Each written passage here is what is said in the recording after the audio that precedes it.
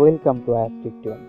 বন্ধুরা, আজকের টিউনে আমরা শিখব আমাদের ফোনে ডাটা থাকে না, একটা ডাটা চালু করলেই শুধু অকারণে অযথা ডাটা কেটে নিয়ে যায়। তো এটা কিভাবে বন্ধ করা যায় বা আমাদের প্রয়োজন অনুসারে কিভাবে আমরা ডাটাটা খরচ করতে পারি সেই বিষয়ে আমরা দেখব।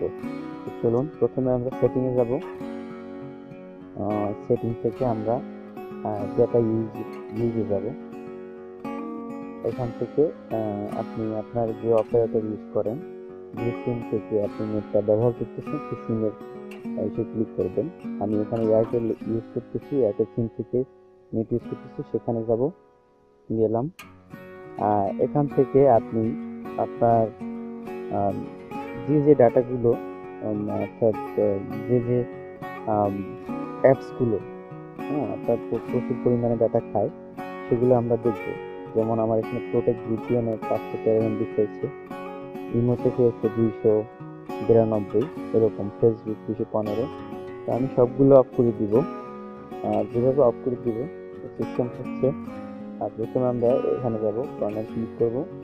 এখানে লেখা আছে রেস্ট্রিক্ট অ্যাপ ব্যাকগ্রাউন্ড ডাটা, এটা আমরা অফ করে দিব। ওকে, এটা অফ করে দিলে একটা সমস্যা আছে। যেমন আপনি ইউটিউবে ঢোকার সময় ইউটিউবে হয়তো ঢুকবে না, তখন আপনার এটা আবার অন করে দিতে হবে। বা আপনি যে অ্যাপসটা ইউজ করবেন সেই অ্যাপসটাই শুধু কাজ করবে, অন্যগুলো বন্ধ থাকবে, ডাটা কাটবে না, অনলাইনের সাথে অ্যাক্টিভেট থাকবে না। তো বন্ধুরা, এই ছিল আজকের টিউন। সকলে লাইক অ্যান্ড সাবস্ক্রাইব করে পাশে থাকবেন। ধন্যবাদ।